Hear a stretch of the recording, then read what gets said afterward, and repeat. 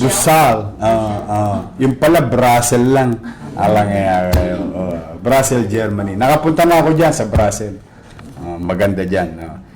Postal slice dash Kinser. Okinawa Exchange. Ayan. Maganda sa Okinawa. Hindi pa ako nakapunta ron. Hi. Alam niyo bakit? Yun ang parang summer capital nila. Andun ang mga beach. Sa Okinawa. Di pa ako nakapunta ron. Tagal ko nang pinangarap pumunta sa Okinawa. Puro ako Kyoto, Nagoya, Gifu, Takenotsuka, Matsudo, Gimba, Chiba, Chiba-ken. Tapos Kinsho, Takenotsuka, Matsudo, Kyoto. Dami ko na napunta sa Japan. Japayuki ako eh. Bakit? Malinis na trabaho yun eh. Biruin ninyo, nag-Japan ako. Tingnan ninyo ha. No, ako'y nag-aartista.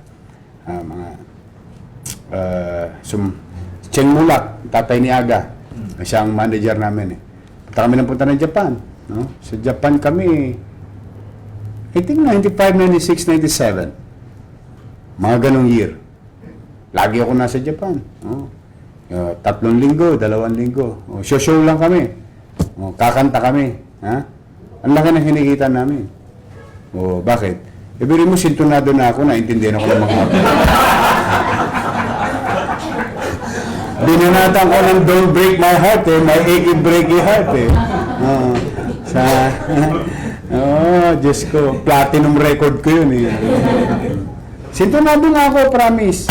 Pero kumikita sa Japan yun. Bakit? Hindi naman niya naintindihan kung nasa tono ako. Japayuki din ako. Doon ko nakita ang hirap ng Pilipina. Anong tawag doon? Hayajikan, usujikan. Panggabi. May panggabi, may pangmadaling araw. Tama ba ako? Hayajikan, usujikan? Yes. Tama, no? May nagtatrabaho sa gabi. Ibig sabihin, pagbukas ng alas 7 hanggang alas 12, may magtatrabaho naman ng alas 12 hanggang alas 5 ng umaga. Ganyan kahirap ang mga Pilipina at Pilipino natin nagtatrabaho sa Japan. Malungkot doon. Tapos ang lamig. Ang lamig. Mahirap maging OFW. Maswerte kami mga artistahin. Siyempre, may konti kaming pribilehiyo. We stay in a good place. We are accommodated properly. We are being paid properly. Pero ang contract, ang mga OFW, magaan, mahirap ang trabaho. Basta kung ano pinirmahan mo kontrata, yun ang sweldo mo. Pag minalas-malas ka pa, matutulongges ka pa ng amo mo. Hindi pa ibibigay yung buo. Pagka minanyak-manyak ka pa ng amo mo, Diyos ko. Ganyan kahirap ang trabaho ng OFW. I saw it because I was with them. Kaya alam ko yung pakiramdam ng OFW. Ngayon naman, yung ganun din yung pakiramdam ko, kaya ako ikinalulugod sa mga immigrants. Malungkot to sa abroad, Diyos ko, nakakaburyong. Lalo na pag may edad ka. Ala kang mapuntahan dahil sa araw, ikaw lang ang tao sa bahay. Mga matatanda. Alam niyo, ito, I'll tell you one time Total, patapos na tayo. Sharing lang, bagong taon naman eh. Alam niyo, nung nasa Estados Unidos ako, siguro nagstay ako 1 month. Bakasyon ako. 1 month. Ika-third week pa lang na maburaot na ako. Bakit? Wala akong ginagawa sa araw. Kasi hindi naman po pwede yung mga kamag-anakan, araw-araw kang sinasamahan dahil may trabaho. Di ba? Alam niyo, ito nakakatawa. Doon sa sister-in-law ko, maganda yung garden niya. Doon ako tumira eh. Maganda yung garden. Downhill. May garden pa rin, sakop pa rin ang property niya. Wala akong magawa. Yung host doon mahaba eh. Di ginawa ko maghapon, nagdilig ako ng halaman. Kasi dalawa lang naman tinatambayan ko eh. Yung hardware, Home Depot, kaya ko maubos ang araw ko sa Home Depot eh. Miro-miro lang, sabi nga sa Japan. Tingin-tingin lang. Kaya yun, diniligan ko yung halaman. Tuwa ako, pawis ako. Alamig, hili. Ito na. Dumating na yung kahapunan, yung sister-in-law ko, saka sila Yuli, sila ate, ba't basa yung hindi, wala akong nagawa kanina, diniligan ko. Loko-loko.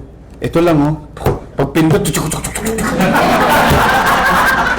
meron palang sprinkler.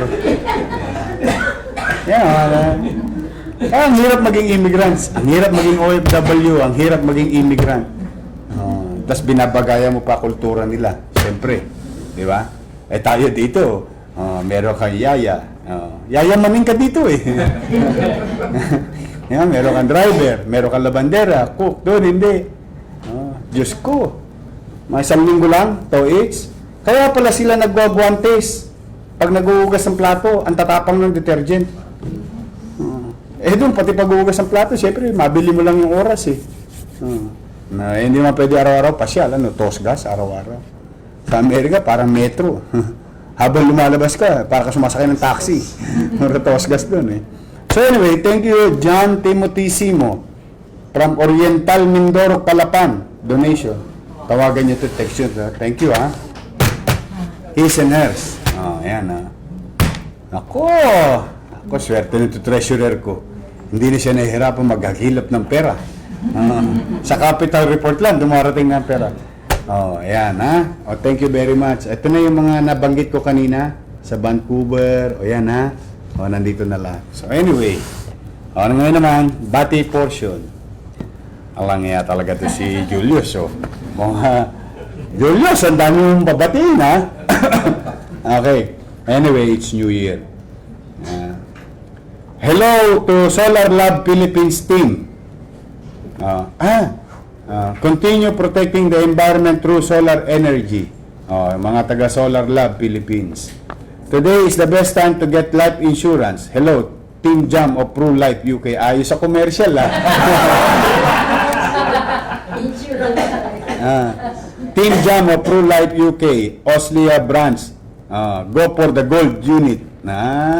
Happy birthday, Lucas Matthew Laksamana of Porac, Pampanga. Belated happy birthday, Ethan Halanes. Happy birthday, Rosel Cos. Advance happy birthday to Edeline Asia 10 Halanes of Surprise, Arizona on January 7. Happy birthday, Miss Josephine Luniso, Manager of Land Bank YMCA. Ito yung amin. O nga pala, hindi ko pa na-activate yung land bank ko. Pero at least marami na akong ipon. Happy belated happy birthday to Joshua Sanducal and hello to Marlon J. Alcala. Happy birthday to Evangeline Salak and Attorney Mike Lantino. Si Mike! Hi Mike! Attorney Mike! Happy birthday. Employees, Agenda, and Briefing Division of the City Council. Hello kay Rachel and Ariel Santa Maria. Hi Miss Julie Nicolas of Manama, Bahrain. Belated happy birthday to Grace Lani Lim of Sampaloc, Manila. Hello to Miss Tina Manintim of Arellano Law School. Ayan, aking alma mater.